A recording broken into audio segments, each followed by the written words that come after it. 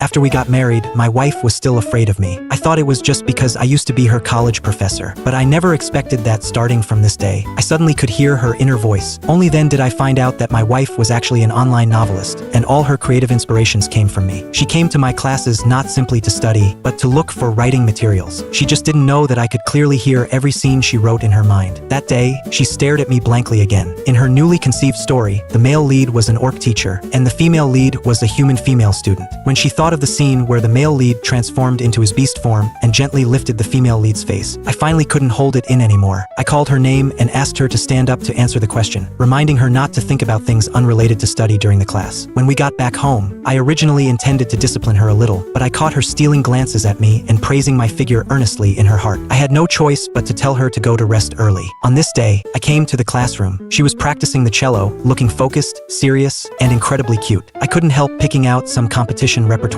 for her. Unexpectedly, after returning home, she started writing her novel again. This time, she set me and herself as the hero and heroine of the story. She didn't know that I was standing right behind her, listening to the entire plot. In the evening, I was about to take my wife home, but unexpectedly my younger brother deliberately tried to embarrass her with questions about racing. I immediately asked my younger brother a music question to get her out of trouble. Unexpectedly, my wife was thinking in her heart, "He is so gentle, I want to have a child with him." Hearing this, I immediately felt extremely shy.